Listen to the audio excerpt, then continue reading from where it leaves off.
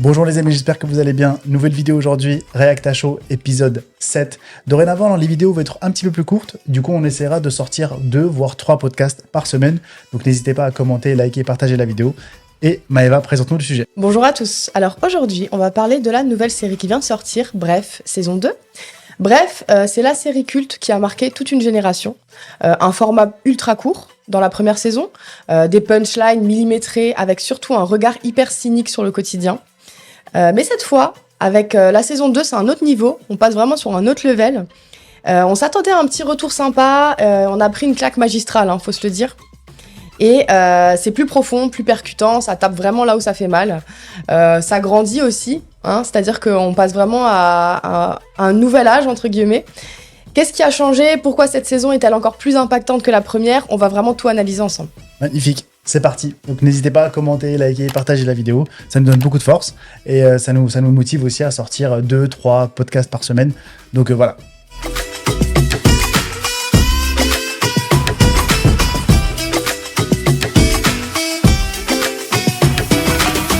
Alors déjà, on va parler un petit peu avant de rentrer dans le vif du sujet et de te poser des questions.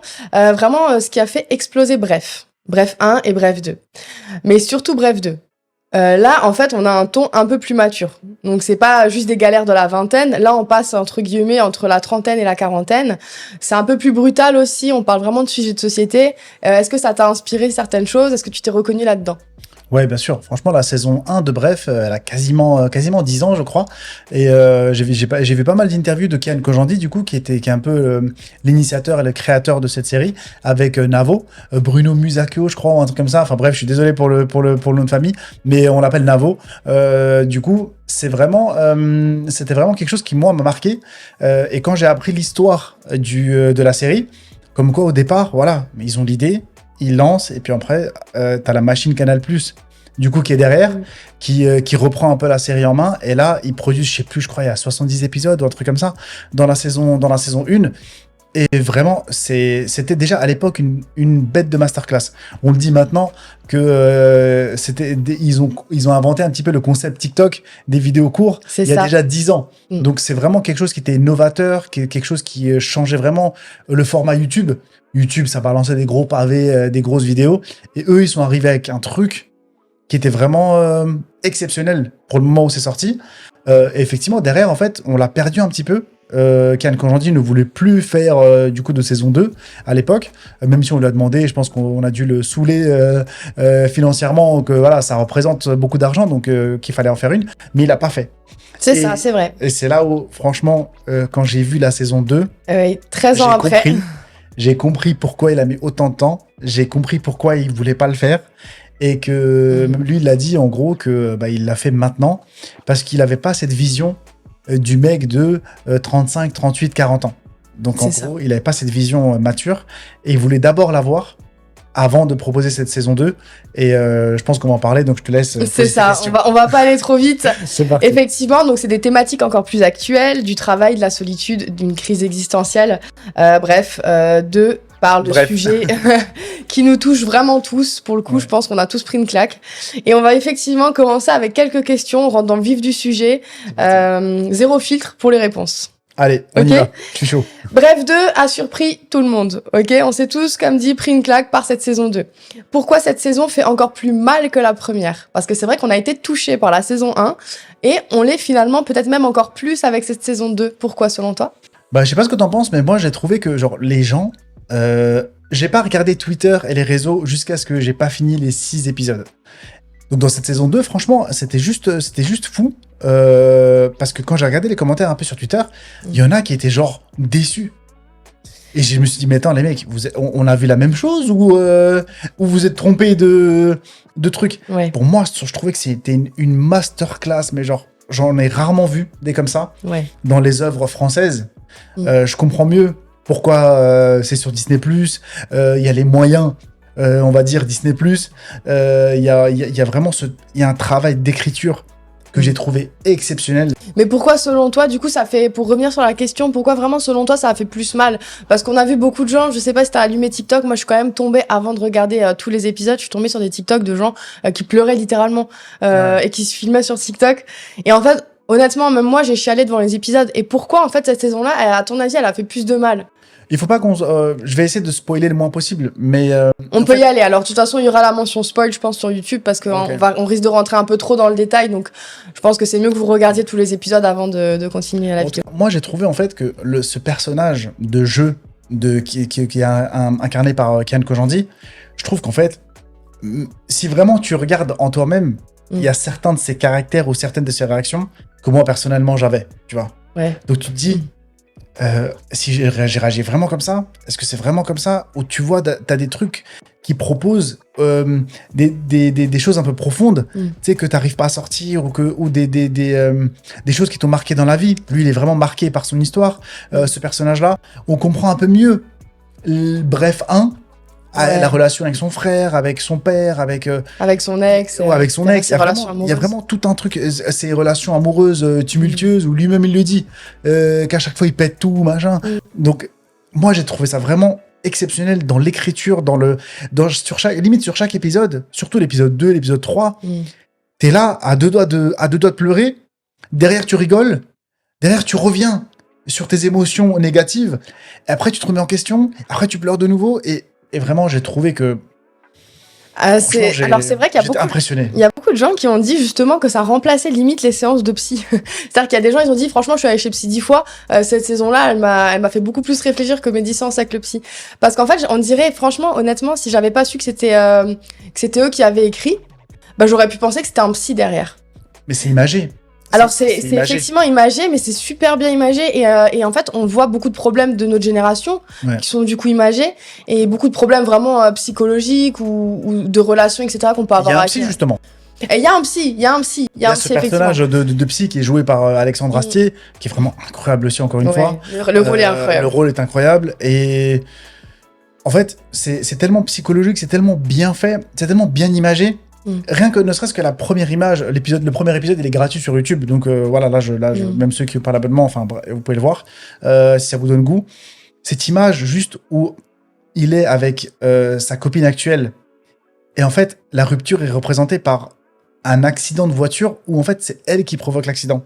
C'est-à-dire qu'ils roulent tous ensemble, tout va bien, ils sont à deux sur les sièges avant, d'une belle Mustang d'ailleurs, vraiment magnifique. Sur le coup, on le comprend pas trop au début. On comprend, attends, c'est quoi ça? L'image, elle est trop forte. Ouais, c'est fort. C'est elle qui met la ceinture, lui, il l'a pas.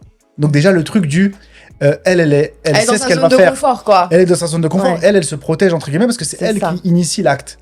Derrière, lui, il a pas sa ceinture, et là, elle pile, et c'est lui qui...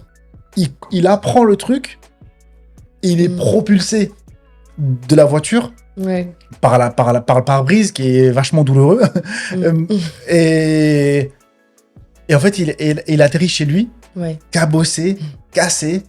Les gens le voient pas. Son premier pote qui arrive, il le voit pas en fait que lui il est cabossé. Et cette image, elle est tellement forte, et c'est là où la première claque, c'est là où je me suis pris. Et le reste, c'est vraiment et juste après ça, on a les 40 ans qui se fêtent tout seul. C'est-à-dire que même avec ton entourage, etc., c'est un peu la descente. C'est là où il est cabossé. Il est cabossé, et il prend il est tout seul. C'est quand même très fort en image, quoi. Son téléphone avec la petite bougie, le fait qu'il ait plus de batterie parce qu'il a donné les chargeurs à son pote. Son pote, il en avait rien à faire, entre guillemets. Son pote vient, il voit pas qu'il est cabossé bleu, machin, parce que c'est imagé. Mais lui, il s'en fout. Il vient juste chercher le chargeur, et il est dans son délire à lui. Pourtant, c'est son meilleur pote. Il s'en fout complet. Et il le laisse comme ça tout seul dans un coin de son appart, vide. Il fait franchement, moi, ça m'a vraiment. Ouais, on va pas tout dire parce que bon, vous l'avez de toute façon vu. Non, ça m'a bousculé. Mais c'est ça, ça a bousculé en fait. Et on a beaucoup pleuré aussi dans cette saison parce qu'il y avait une représentation du deuil que j'ai trouvé super intéressante. J'aurais pas pensé, tu vois, qu'on puisse parler du deuil comme ça. En fait, dans un épisode, tu peux rire, tu peux pleurer. Et c'est fou. Et en fait, le deuil, il te le fait passer parfois en rigolant. Puis d'un coup, tu sais, avec l'oncle, par exemple, si vous avez vu les épisodes, vous avez pu voir l'oncle qui est mort, enfin, qui est toujours good vibes, etc., et qui va se cacher pour pleurer. Et là, tu pleures alors que t'étais en train de rigoler à 2 secondes parce que franchement, il tournait le deuil en rigolade. Et franchement, j'ai jamais vu une série qui arrive à faire ça. Non, franchement, c'était fort. Extrêmement frappant. Extrêmement. C'est là où je te dis, en fait, que ce mec-là, alors vraiment big respect à lui, parce que Kian Kojandi, franchement, genre, il a une écriture. Il a un sens du détail. Après, t'as toute la machine production. Ils sont plusieurs aussi, et voilà. Navo et tout, et toute la production qui va avec. Mais ce souci du détail, ce souci de même la lettre de motivation qu'il envoie, quand il envoie son CV, t'as les mails, les trucs, tout est tellement son truc de cassoulet cassoulet machin là. Tu sais, t'as le Nutri-Score. C'est un Nutri-Score genre Z en rouge. C'est dégueulasse, tu vois. Tu vois, j'avais même pas vu ce genre de détails. C'est des détails. Moi qui est vraiment genre à fond. En fait, je regardais les épisodes, mais je regardais pas genre, tu sais, normalement sur ton téléphone ou quoi. Tu sais, des fois, ça t'arrive, tu regardes une série et t'es un peu ailleurs aussi en même temps, tu penses à autre chose. Mais là, j'étais comme ça. Genre, je voulais pas en louper une miette et pour avouer, j'ai recommencé. Je vais me refaire les 6 épisodes. Parce que c'est une dinguerie. Franchement, c'est une dinguerie. Moi, je comprends. Et c'est là où je me suis mis un peu limite en colère. Genre, il y a des gens qui... Il y a eu des avis négatifs. Ouais, je vois des tweets. Je me dis, mais c'est quoi ça? Je vais en citer un. En fait, il y a un tweet qui a été... Bon, après, il y en a eu plein des tweets négatifs, mais il y a un tweet qui m'a personnellement marqué. J'aimerais bien savoir ce que tu en penses. Il a marqué, bref, saison 2, c'est l'histoire d'un mec, en gros, qui sort avec des meufs beaucoup trop bien pour lui et qui découvre la base de l'empathie à 40 balais. Je suis clairement pas le public cible. Non, c'est ça qui me rend ouf. C'est que quand les gens, ils arrivent pas à voir la narration, à voir en fait les pires et les meilleures pulsions de l'humain, qui est justement, comme tu as dit, c'est un peu psychologique. T'as cette relation avec son frère, t'as cette relation avec son père, t'as cette relation avec sa mère, t'as les personnages un peu autour, comme l'oncle, la tante, qui sont un peu secondaires. T'as ce frère qui a extrêmement bien réussi. Lui non, alors que T'as les différents points de vue aussi qui sont cités, c'est-à-dire que tu vas avoir le frère qui va donner son point de vue à un moment, tu vas dire mais attends, c'est un truc de fou. Je comprends, alors qu'au début limite t'avais envie de l'insulter de connard quoi. La production elle est dingue et là t'as tous ces effets spéciaux qui sont pour une fois, c'est pas n'importe quoi. C'est pas un effet cinéma juste pour t'impressionner. C'est des effets spéciaux qui sont là vraiment pour te montrer quelque chose. C'est vraiment des petits courts-métrages artistiques. Et ça j'ai rarement vu. Mais dans l'un des épisodes, t'as Kian qui essaie de faire comprendre à son pote Ben qu'il est en train de faire de la merde et il essaye de lui, comme à lui on a fait, comme son frère a fait à Kian, à ce personnage de jeu, il essaie de faire la même chose avec Ben. Son meilleur pote qui lui, il est en train de casser les bonbons à tout le monde et notamment à son ex Billy. Et t'as Kian qui essaie d'ouvrir le volet. En fait, le volet est trop lourd et le mec le laisse pas ouvrir quoi. Et c'est là où tu comprends qu'il y a des gens qui sont irrécupérables. Et c'est pas la peine de forcer avec eux. Essaye, bien sûr. Mais quand ça marche pas, ça marche pas. Mais l'introspection, elle doit aussi venir de toi-même. En fait, si tu veux pas progresser... C'est ça. Et je trouve que ça, c'est vrai dans beaucoup de cas et dans beaucoup de gens peut-être autour de vous. Si vous-même, vous voulez pas, en fait, progresser, changer, personne pourra le faire à votre place. Ça vient que de vous. On peut avoir des avis extérieurs, etc. Mais soit tu le prends en compte et tu fais une introspection, soit tu n'y arrives pas. Et c'est typiquement le cas de ces personnages. C'est juste un truc, hein. La façon dont il vit le deuil, la façon dont son frère vit le deuil du papa, c'est cette histoire d'armoire qu'il n'arrive pas à défaire, son frère qui vient pas, machin, et lui il croit que... Franchement, c'est tellement bien imbriqué, c'est tellement bien écrit, c'est tellement bien raconté que personnellement, cette série, si je devais la noter sur 20, je mettrais 20, si je mettrais sur 10, je mettrais 10. Vraiment, c'est... Masterclass. C'est une masterclass du début à la fin. Je me suis pas ennuyé une seule seconde et j'ai trouvé que à chaque fois on encense un peu les Américains, on dit ah ouais c'est une production américaine, c'est trop bien, mais là production pure française. Et moi qui est un peu un détracteur des fois des films français ou des séries françaises qui sont un peu pétées, faut dire les choses, les séries françaises souvent elles sont pétées, et ben là une dinguerie, une masterclass comme j'en ai jamais vu, comme j'en ai rarement vu, pardon. Et voilà.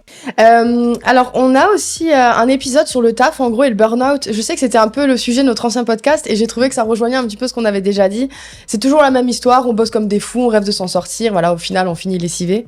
Et je trouve que ça correspond bien à ce qu'ils ont voulu mettre en lumière, c'est-à-dire entre 30 et 40 ans, et notre génération, plus particulièrement la tienne. Parce que je suis pas encore dans la trentaine, mais plus particulièrement la tienne. Nous, les trentenaires, franchement, c'est une gifle. Hein. Et c'est une gifle, ouais, justement. Est-ce que tu penses que ça parle à tout le monde? Parce que là, pour le travail, j'ai l'impression que ça a quand même parlé, franchement, aux plus jeunes. C'est-à-dire que nous, à l'époque, quand on regardait Bref 1, on avait entre 20 et 30 ans.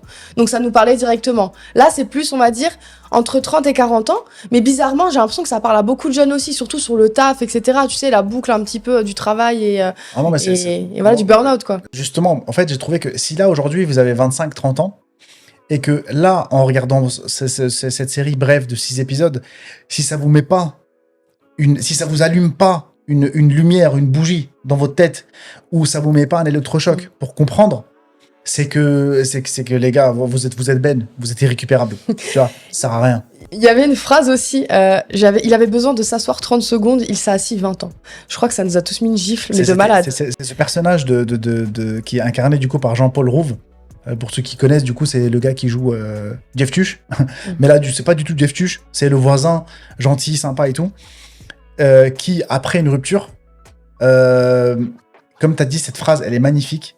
Il avait besoin de prendre. Il avait besoin de s'asseoir 30 secondes voilà, et en fait, il s'est assis 20 ans. C'est le genre de phrase qui remet toute ta vie en question. Il avait besoin de s'asseoir 30 secondes et il s'est assis 20 ans. Mais c'est une folie parce que là, tu vois ce mec-là, il n'a pas forcément raté sa vie, mais il a ce besoin de raconter des choses. Il a des anecdotes, des calepins. C'est tellement bien fait que ce personnage, il te fait un peu mal au cœur et tu te dis, mais attends. En fait, il y a un événement dans sa vie. Ouais. Il s'est dit, bon, je vais prendre une pause. En fait, la pause, elle était trop longue. Il a pas su. Il est passé à côté de plein de choses. Il est passé à côté de plein de choses. Et quand tu regardes en tant que spectateur, tu te dis, mais attends, j'espère juste que ça m'arrivera pas, en fait. Ça m'arrivera pas. Ouais. Et que vraiment que Dieu me protège de ça parce que c'est trop dur. Et j'ai trouvé ça juste incroyable. Et pour revenir un peu sur ta question du monde du travail, son frère, dans la série, il est fait pour l'entreprise. Il est fait pour monter les échelons. Le gars, c'est masterclass tout le temps. Il est tout le temps. C'est le gars au top. Tu sais, c'est Coco de Gad Elmaleh. Il est toujours au top. Il est au top. Bel costume, beau costume. C'est vrai. Belle augmentation. Il monte dans le taf, etc. Et lui, en fait, ce personnage de Kian Kojandi, le personnage de jeu, c'est entre guillemets un peu le loser. Mais c'est pas parce que c'est un loser. C'est parce que lui, il est intéressé par autre chose. Ça lui va pas. Et la seule fois, il commence vraiment à bosser, à donner du sien, c'est quand il est dans quelque chose qu'il aime. Et la série montre que, entre guillemets, encore spoil, qu'à la fin, il finit par reprendre cette petite boîte qui vend des jouets sur Internet, machin, que lui-même, il a fait augmenter, il a digitalisé. Ouais, c'est ça. Il montre qu'en fait, quand t'aimes quelque chose, tu comptes pas tes heures. Tu le fais, en fait, avec plaisir. C'est vraiment ça. Il a adoré ce taf. Alors qu'avant, tu sais, comme l'a dit la dame, vous étiez à l'enterrement avant? Non, c'est juste parce que dans Bref 1, il dit que c'est le costume qu'il met à tous les enterrements, à tous les entretiens d'embauche. Donc là, évidemment, il met ce costume. En fait, il y a des tafs où il n'y a pas à se prendre au sérieux. C'est ce qu'elle lui dit. Ah ouais, you speak English, machin. Ouais, c'est pour faire sérieux, je m'en fous, tu parles anglais. Mais il y a des tafs comme ça où c'est par passion, c'est par plaisir. Et il a commencé à se lever à 5h30, à 5h du mat. Il a commencé à bosser jusqu'à pas d'heure, il regardait pas l'heure, machin. Comme son frère, finalement. Son frère, c'était dans un autre domaine. Il faisait ce qu'il aimait. Et je pense que c'est ça qui a remis beaucoup en question les gens sur les réseaux. Je pense que ça a piqué beaucoup de monde. Je pense que ça pique. Dans le bon sens. Mais des fois, j'ai l'impression que c'est dans le mauvais sens. Les gens, ils veulent pas l'accepter. Les gars, il faut, au bout d'un moment, quand il y a un truc qui vient comme ça, qui te met une gifle comme ça, vraiment, qui te met une baffe et t'es scotché devant l'art, devant cette production, tu te dis, mais attends, mais moi aussi, je dois réfléchir. Peu importe quel âge tu as. Mais cette séquence de toutes ces années, tu sais, quand il est bébé, quand il a 15 ans, quand il a 30 ans, quand il a 35 ans, 38 ans. Machin. L'impact des parents aussi. L'impact des parents. Je pense honnêtement que ça, c'est pareil. C'est une scène qui a fait beaucoup pleurer les gens parce qu'en fait, on a tous peut-être des défauts, enfin des parents avec des défauts, etc. Et en fait, on s'est vraiment identifié au personnage. Et du coup, ça nous a fait mal parce qu'on a tous repensé en fait, ça nous a fait ressortir tous nos traumas, cette saison. C'est dinguerie. Justement, c'est là où il faut vraiment féliciter. Et voilà, des fois, il n'y a pas grand chose à dire que voilà. Tu sais, l'expression chapeau bas, c'est tout. Chapeau bas, félicitations, Kian Kojandi, frérot. T'es juste incroyable. T'as une inspi de malade. C'est juste incroyable. Je sais pas comment il s'est inspiré, je sais pas comment il a écrit. Comme t'as dit, peut-être qu'il a. En fait, alors, de ce que j'ai entendu, en fait, là, justement, les gens ont essayé de voir une saison 2 rapidement parce que forcément, on était tous à fond sur la saison 1. Et en fait, ils voulaient pas parce qu'ils savaient pas quoi raconter. En fait, il a vécu cette période de 30 à 40, un peu plus. Et en fait, c'est grâce à ça, en fait, qu'il raconte, je pense, ce qu'il a vécu avec l'expérience des autres, etc. Mais vraiment, c'est des 30-quarantenaires, en fait. Et du coup, il raconte vraiment quelque chose, de vrai. C'est pour ça que ça nous touche autant. Il y a aussi les relations un peu du personnage principal, du coup, qui sont toujours chaotiques, en amour. C'est toujours une boucle infinie. En fait, je pense que ça a parlé à beaucoup de personnes.